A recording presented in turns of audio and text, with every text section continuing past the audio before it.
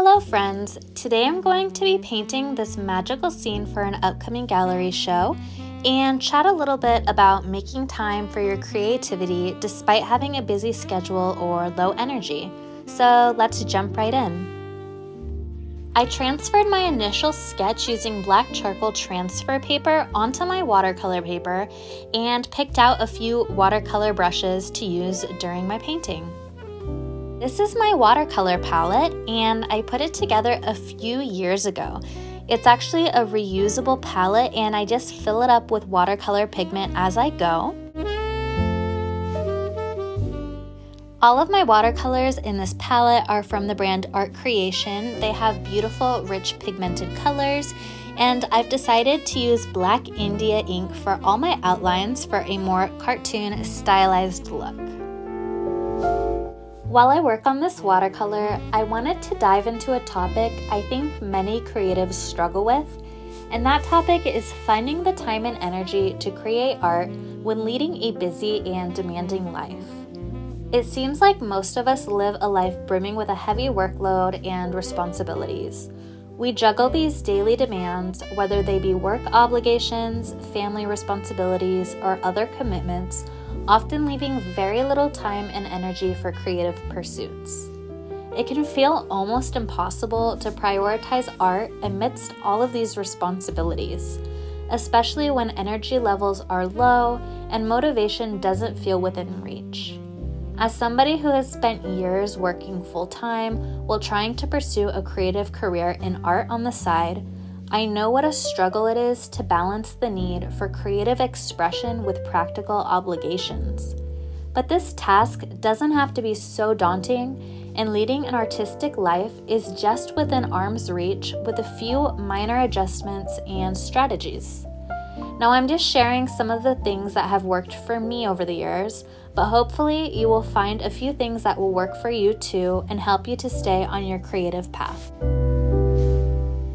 The first matter I wanted to touch base on is perfectionism, or as I like to call it, analysis paralysis.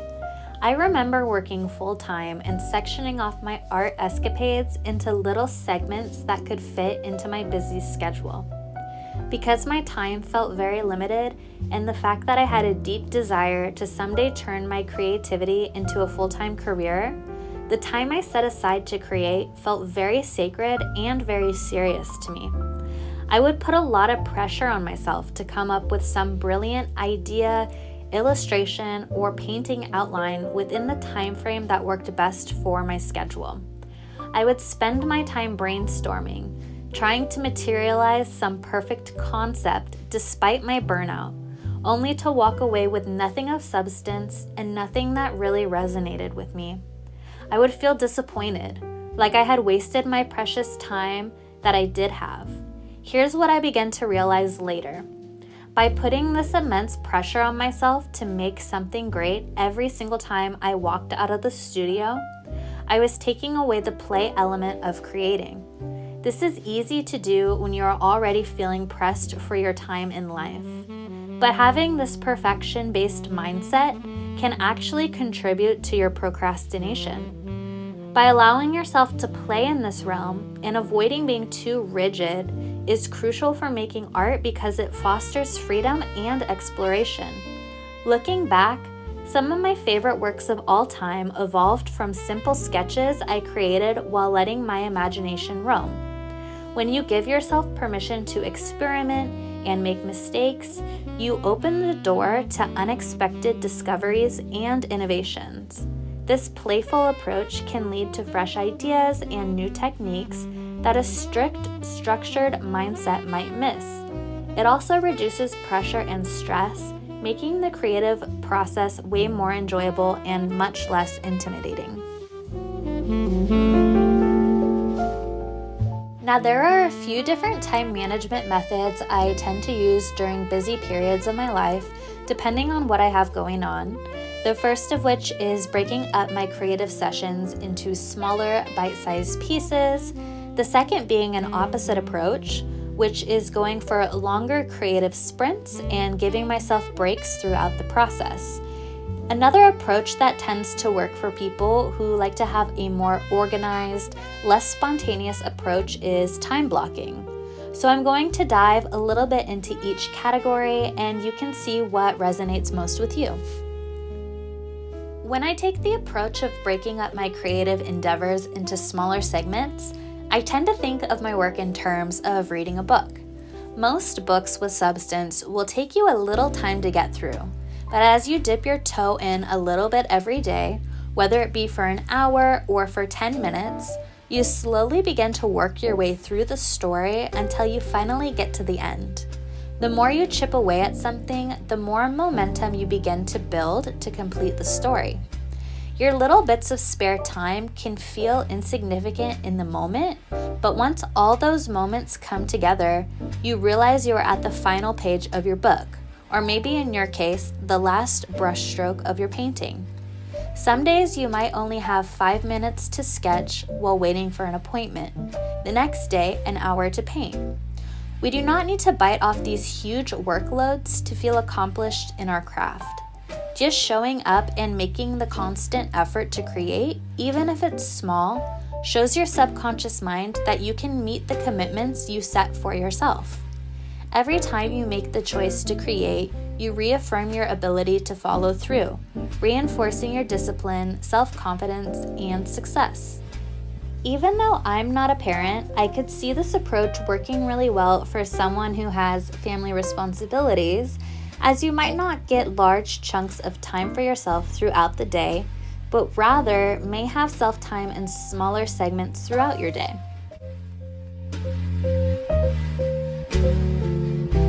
Now I want to dive into an approach that is on the opposite side of the spectrum, and that is going for longer creative sprints with intentional breaks.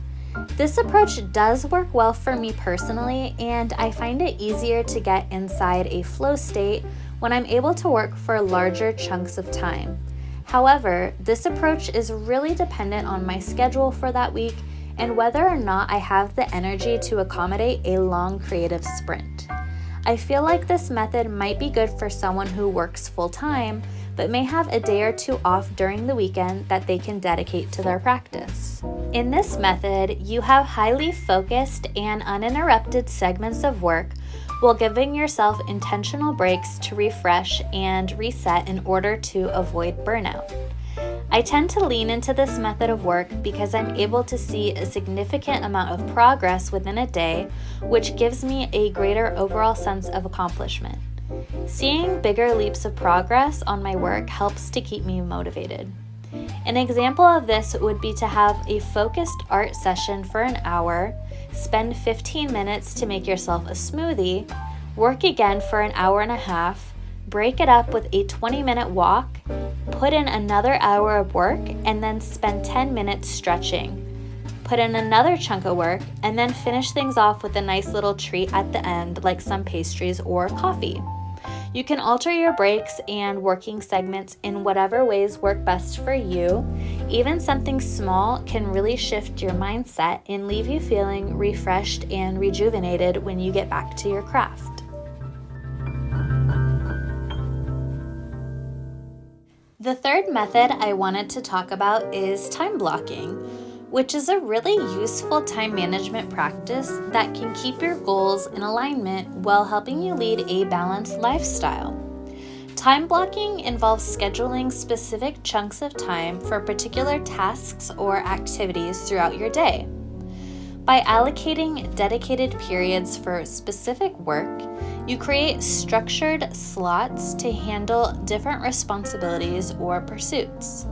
When I use this method, I like to be able to look at it visually, so I will create a written or illustrated outline of my time blocks for the day. And there are actually some really great time blocking daily planners you can purchase online to help you with this as well. Time blocking can really help you stay focused and create time intentionally for yourself to create, while also balancing other daily responsibilities. By protecting this time and treating it as a non-negotiable appointment with yourself, you ensure that creativity has a designated space in your schedule.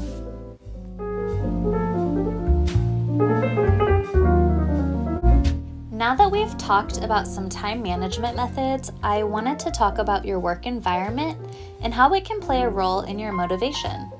The first thing you should consider when setting up your creative space is ease of access. Making your supplies and projects visible and easy to access is going to boost your creativity and motivation tenfold because you have the ability to work on your projects spontaneously and with ease. This accessibility removes barriers when getting started, making it easier to dive into your creative process without wasting time searching for or setting up supplies. Ease of access can make a massive difference. Your creative motivation can also be enhanced when you use your art space to create an inviting environment that stimulates your senses. Our senses play a vital role in the art we make, as it is the way we experience the world around us, thus giving us the ability to digest it and transform our experiences into art. You can use scent, sound, color, and taste to stimulate and energize. Evoking our senses can really enhance different emotional spaces and mindsets, allowing us to tap into our creativity, clear our mind, and focus on the process. I know scent also plays a big role in our memories, which can be really useful when creating art that focuses on different times of our lives from the past. When we think of our sensory experience, we want to think in terms of scent, color, texture, sound, flavor, lighting, and taste. Things I like to use to enhance my sensory experience in the studio include incense, candles, oil diffusers, perfumes, music, podcasts, audiobooks, herbal teas, little treats and candies, gum, colorful tools, creative clothing, stimulating decor, comfy seats, and cozy lighting.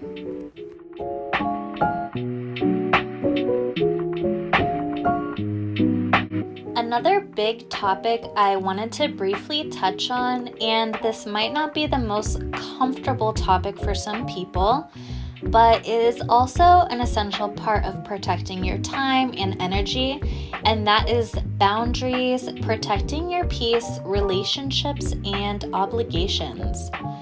This is a really big subject to unravel, and it's not the core aspect of this video, so I will not be able to take the deep dive that this subject deserves. However, it is absolutely worth touching on and something to further consider if your life feels deeply impacted by any of these topics.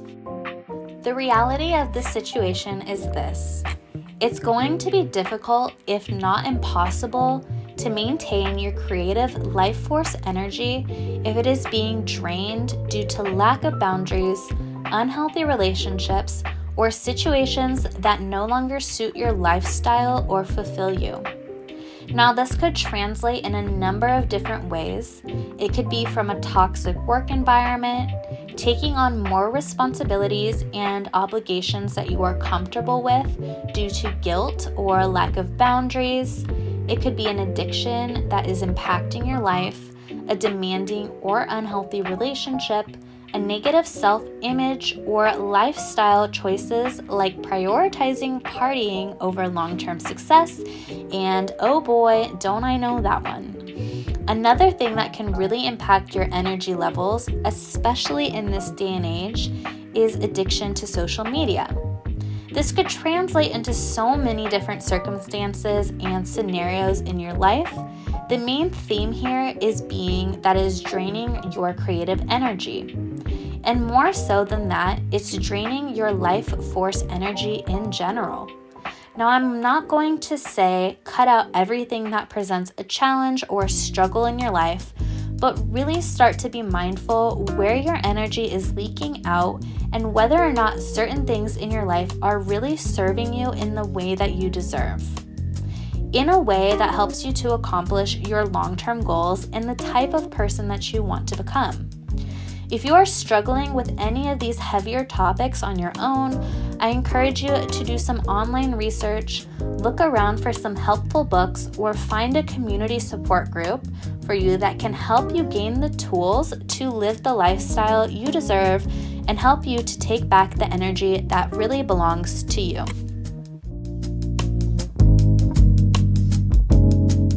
Now that we got the heavier stuff out of the way, I wanted to talk about something a little more lighthearted and fun. I think this is one of my favorite self-motivation techniques, and I'm sure it's easy to guess why, and that is treating yourself after meeting your creative goals. It's easy to look at a finished piece of art, a creative video on YouTube, a gorgeous sculpture, and naturally assume the process was this effortless, flowy, delightful stroll in the park. But in reality, creating and completing a finished work can often be very demanding, both mentally and emotionally. This process often requires intense focus, accountability, self-discipline, and being able to stretch your imagination to explore new ideas and innovations. If you are finding the creative process to be quite the challenge like I often do, creating little rewards for yourself is an excellent way to motivate and give yourself positive reinforcement. By taking away the self-critical element when we do not accomplish our creative goals, but rather adding an element of positivity when we do accomplish our goals, not only do we feel good from completing the task at hand, our accomplishment is further instilled by rewarding ourselves with an additional gift for our efforts. Treating yourself with this kind of gentle encouragement will really help you to generate a deeper sense of self-love and self-worth, which are two key elements in reaching your highest artistic potential. You can really cater your gift to the size of the project you complete as well, giving yourself something small for minor tasks or setting up more substantial gifts when you finish a bigger goal like a large painting.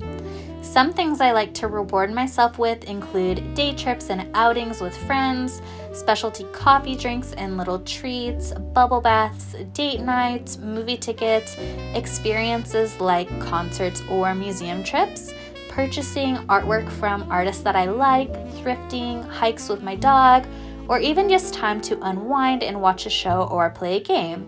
Just something that feels like a little reward for your efforts.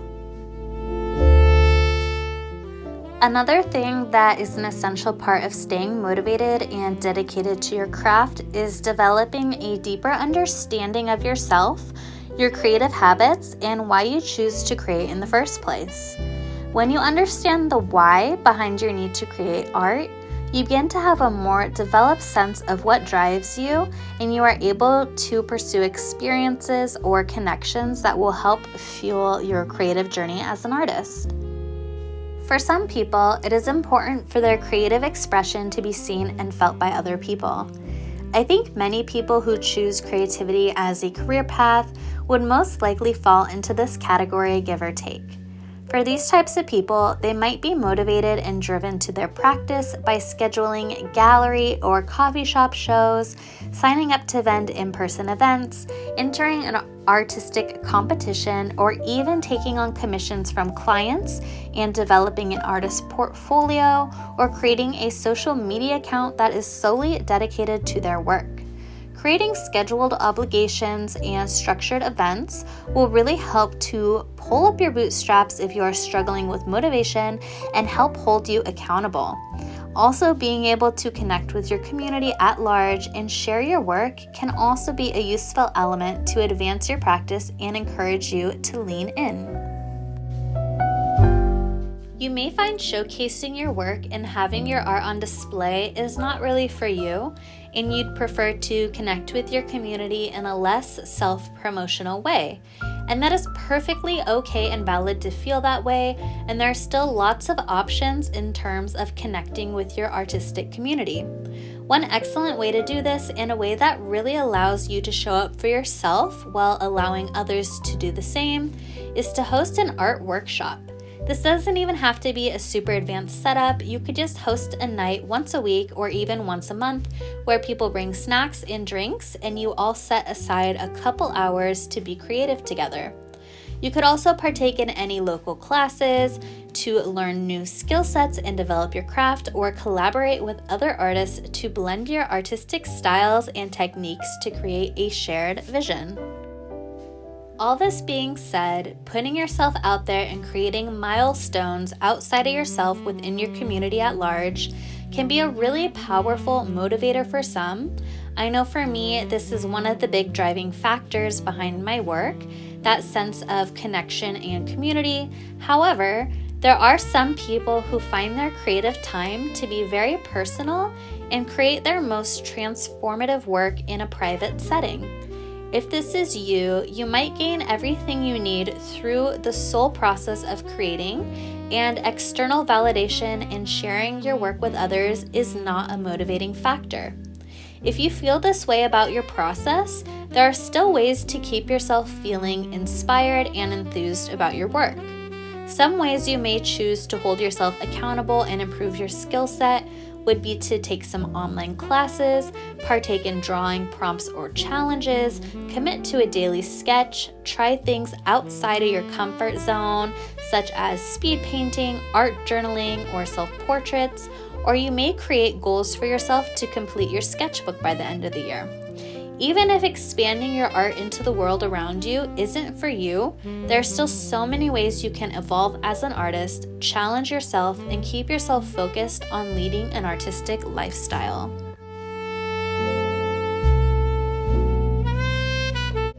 So I've reached my final topic for this video, and what I feel is a really good note to end on, and that is the importance of follow through. When we set out a task for ourselves and make a real effort to follow through with that task, something very significant takes place in our subconscious mind. And why is the subconscious mind so powerful? Because it governs much of our automatic behavior, deeply ingrained beliefs, and emotional responses without conscious effort. Our subconscious mind is the powerhouse behind decisions, habits, and perceptions. When you set out a creative goal for yourself, whether it be a smaller goal or a larger goal that you work at, your effort reinforces a sense of trustworthiness and reliability within yourself. When you consistently meet the commitments you set for yourself, you signal to your subconscious mind that you are capable, reliable, and dependable. This type of positive reinforcement helps strengthen your self-discipline and self-confidence, making it easier to tackle larger goals or projects or challenges later. Every time you achieve a goal within your craft, no matter how minor or major, you reaffirm your ability to commit, which will boost your motivation, fostering a mindset that values persistence and accomplishment. If you create this feedback loop within your creative practice, your subconscious mind will not only begin to expect your success, but will naturally start to develop the long-term habits to ensure that success. Showing up for yourself and working towards your pursuits is one of the best things you can do for yourself to start leading the artistic life that is waiting for you, despite all current life circumstances. So if you stuck around with me for this long, I hope I've covered some topics and strategies that you find to be personally helpful in your practice. And if you have any additional ideas or suggestions related to this topic, please feel free to share with us in the comment section. I know creating art can be a really positive and transformational space for people and can really help people to find personal fulfillment and healing. And I think creative expression is one of the key pillars in mental and emotional health and shouldn't be considered a far-fetched luxury. My intention is to make this space more accessible for all different lifestyle types and brainstorm methods for people to tap into that creative flow state, because I know for me personally, creation and self-expression has really added a deep sense of enrichment and beauty into my life. If if you are a creative type and you enjoyed watching this video or found the information to be helpful, you may consider subscribing to my channel for more videos of this nature. I love to create a variety of different types of videos, tutorials, vlogs, all of which helping me to live a more vibrant, colorful lifestyle and encouraging others to do the same. I love seeing a community of artists coming together that can help support each other's journey and vision.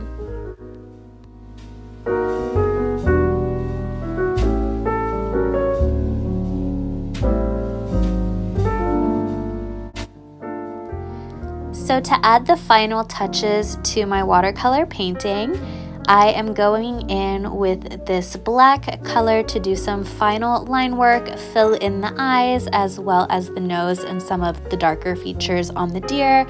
But I have to say, I really love the way this painting came out. It's so whimsical and colorful, and it's this really lovely fusion between nature and this futuristic utopian landscape. Now I'm going to go in with my black India ink. This is really great for fine detail and can add this really unique cartoon element. And I will be going in with my calligraphy pen. I just dip the tip of this into the ink and illustrate around the contour lines of my images. And once I finished with my inking, this is how it came out. It really makes all of the colors pop and look so vibrant and almost 3D. And yeah, I'm really loving how this piece turned out, and it's been really lovely chatting with you all throughout the process as well. After finishing my painting, I found this frame at the thrift store, and it was the perfect size. I decided to breathe a little bit of life into it with paint and give it a glossy coat of varnish to protect it. And once I added the painting into the frame, I realized I was meant to find it because it was the perfect fit and makes the whole painting look so whimsical and magical. I hope that you've enjoyed this painting session, and I hope that you can take something away from this that will be helpful and beneficial to your own life and your own creative pursuits. Have a great day. Thank you so much for watching. All right, bye-bye, friends.